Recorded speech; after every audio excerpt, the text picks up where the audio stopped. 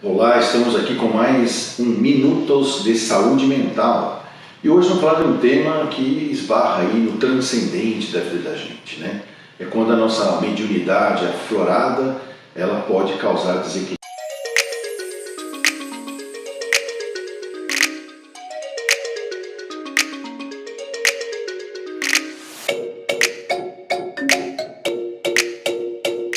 Essa é uma pergunta, pode?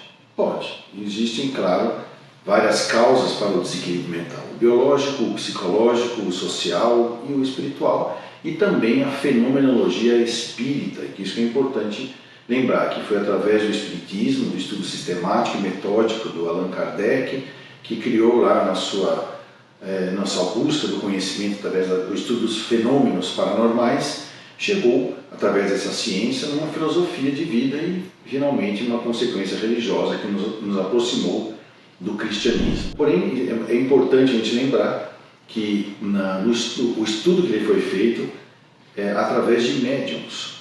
E pelos próprios médiums, os espíritos se comunicaram, eles mesmos se intitularam espíritos e começaram a dar informações de como que é esse mundo além do corpo físico. E aí ficou claro, pela história, toda a obra do Allan Kardec, de que todos nós somos médiums. Ou seja, é uma mediunidade geral. Todos nós sofremos influências do plano espiritual.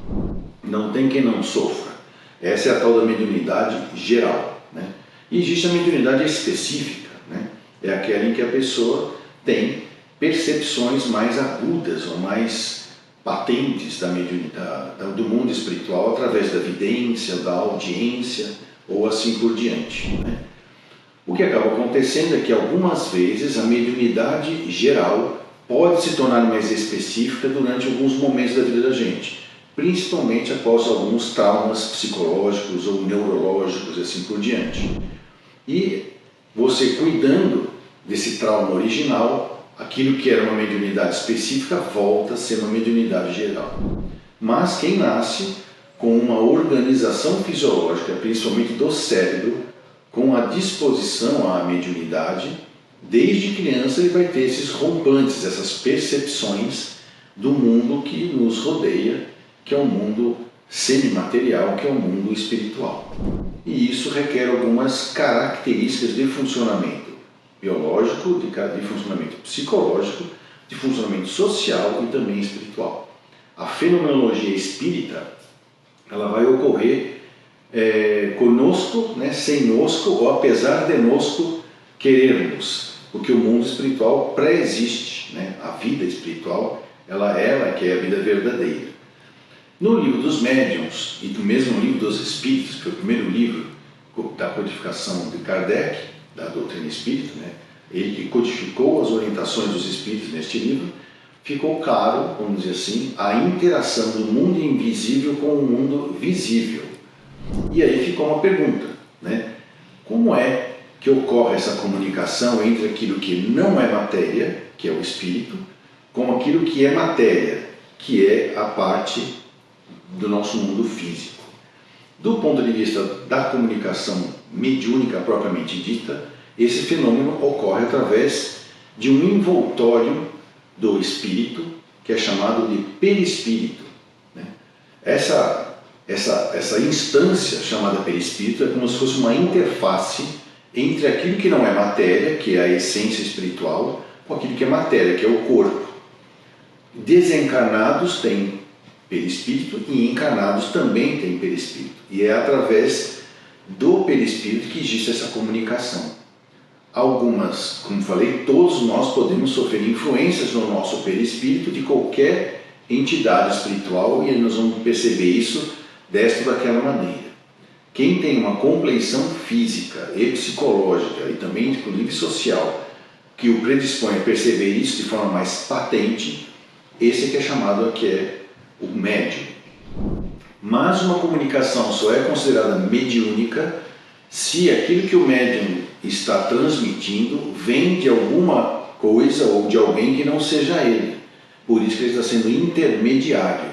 E essa comunicação, o link entre essas duas realidades, a espiritual não material ou semimaterial e a realidade material, se faz através dessa interface que é o tal do perispírito. De maneira que é preciso haver uma afinidade, mais ou menos como hackear um computador, né, em que você precisa que o computador que você quer entrar esteja sintonizado na mesma banda ou no mesmo programa, né, na mesma sintonia, e aí você consegue entrar dentro dele e fazer alguma coisa com esse hardware, né. Existem aí os tipos de mediunidade, né? Então existe a mediunidade que nós chamamos de consciente, a mediunidade inconsciente e a mediunidade semiconsciente. Tá? O que eles chamam de mediunidade consciente? É aquela mediunidade cujo médium ele está num estado alterado de consciência, e esse é um fenômeno psicológico e neurológico importante para que ocorra o fenômeno mediúnico, que a pessoa não esteja totalmente consciente, mas também não esteja totalmente dormindo, que senão ela vai ter uma comunicação mediúnica pelo sonho, né? Mas em estado alterado de consciência, os fenômenos paranormais começam a acontecer, entre eles a comunicação mediúnica. Quando a pessoa está nesse estado alterado de consciência, mas ela não tem o contato com a realidade, fala coisas, faz coisas que ela duvida que ela esteja até inventando isso, de repente ela percebe que ela não poderia inventar uma teoria matemática que ela nunca viu, né? Ela não poderia falar uma linguagem que ela nunca falou, né? Uma língua que ela nunca falou. Ela, depois que sai desse semitranse consciente, ela fica se questionando, mas puxa, será que eu não inventei tudo isso?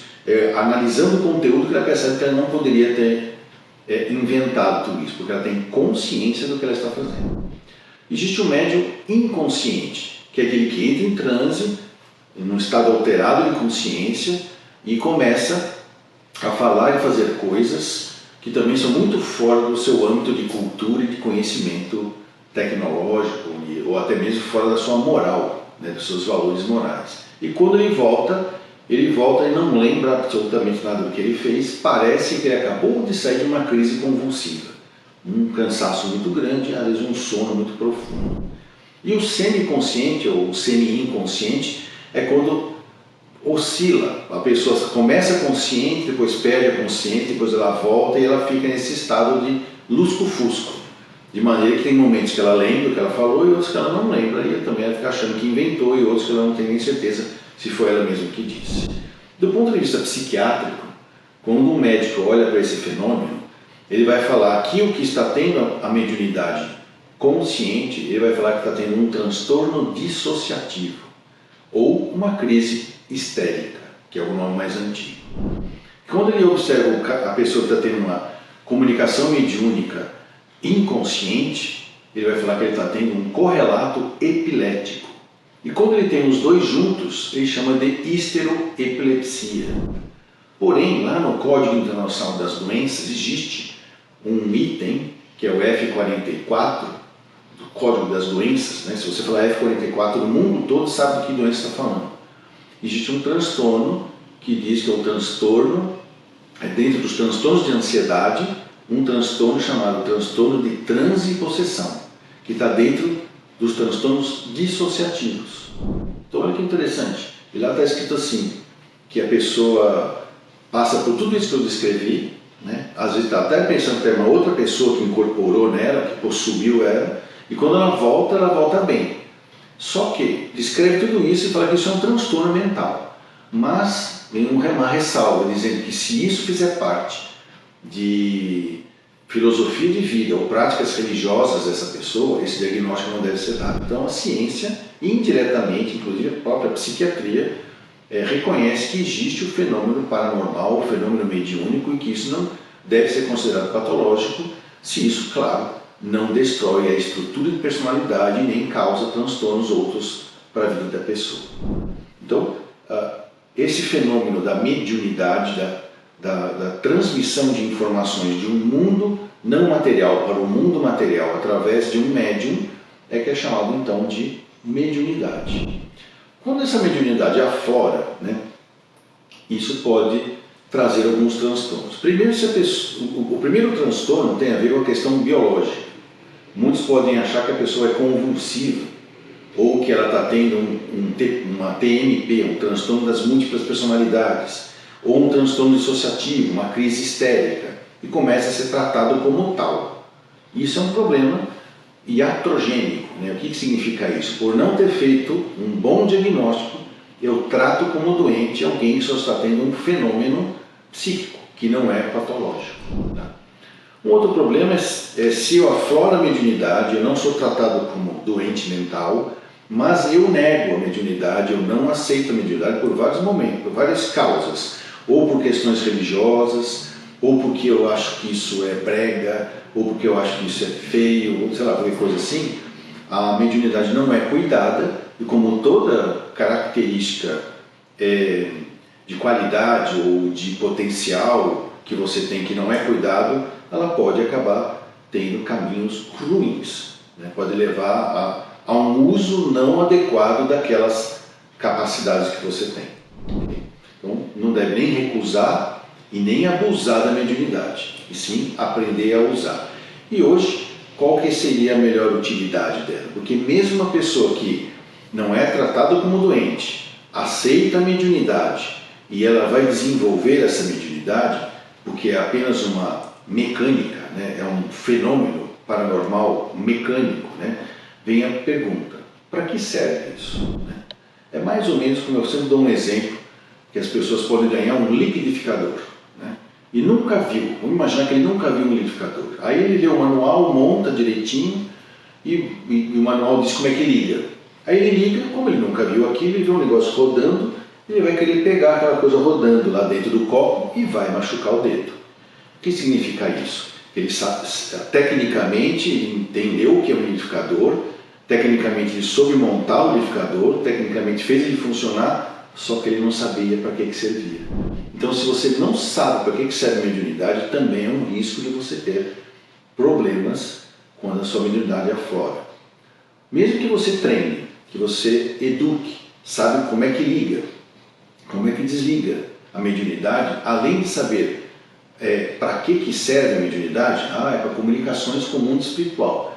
Também tem uma outra pergunta que precisa ser respondida, que esbarra no aspecto religioso. Lembra? Ciência, filosofia e religião. A quem serve a mediunidade? É para mim bancar o tal, porque agora eu vou curar as pessoas. Não, porque agora eu sou o maior médium escrevente do mundo, né? Vamos dizer assim, psicógrafo do mundo. Não. A mediunidade serve a Deus, na maneira que cada um o concebe. É para levar a palavra que auxilia as pessoas a aliviarem seu sofrimento e as suas dores devido à ignorância. Ignorância do quê? Ignorar que a vida é a vida eterna. E às vezes a palavra mediúnica, a transmissão de uma comunicação, afirma na mente das pessoas que a vida é uma só, que é essa vida eterna. E que qualquer coisa que eu esteja passando aqui na vida temporária da carne é para fins de aprendizado nesta vida eterna. Por isso, como que a gente sabe, então, vamos dizer assim, que eu estou entrando nesse campo? Isso nós vamos fazer uma live daqui a pouquinho que fala sobre isso, sobre as mediunopatias, que são as doenças físicas e ou mentais que advêm de uma mediunidade não reconhecida, ou reconhecida, mas não cuidada, ou reconhecida, cuidada, mas que eu não sei para que serve e não sei a quem serve. E isso pode nos levar a desequilíbrios biológicos, psicológicos, sociais e também desequilíbrios espirituais.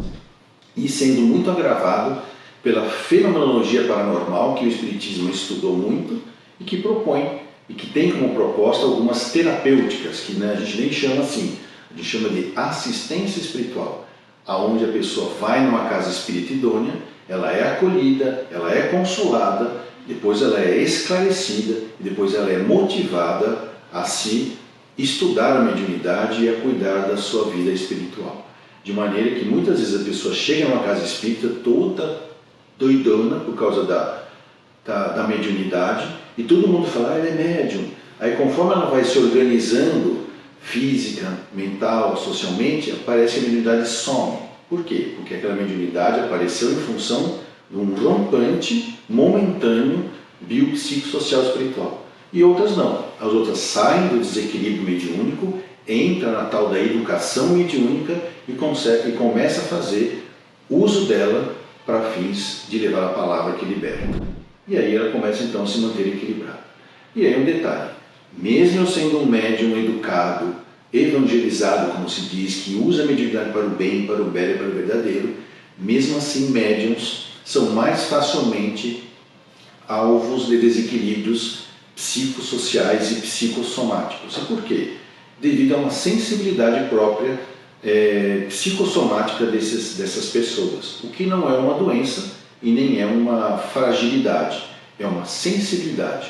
Mais ou menos como se eu sei que eu tenho pele branca e eu quiser vender coco na praia ao meio-dia e não cuidar dessa minha sensibilidade, eu vou ter muitas queimaduras. Depois de muitas queimaduras, posso até ter um câncer de pele. Então, mediunidade não é doença, é uma sensibilidade. Todos nós temos em maior ou menor grau, mas aqueles que têm um rompante mediúnico mais franco precisam aprender a educar a mediunidade nas duas grandes asas do conhecimento espiritual. A asa do conhecimento, propriamente dito, técnico, né? E o conhecimento também do ponto de vista moral, do que para que serve e a quem serve a mediunidade, que é o que nós comentamos no meio espírita, que é a mediunidade com Jesus.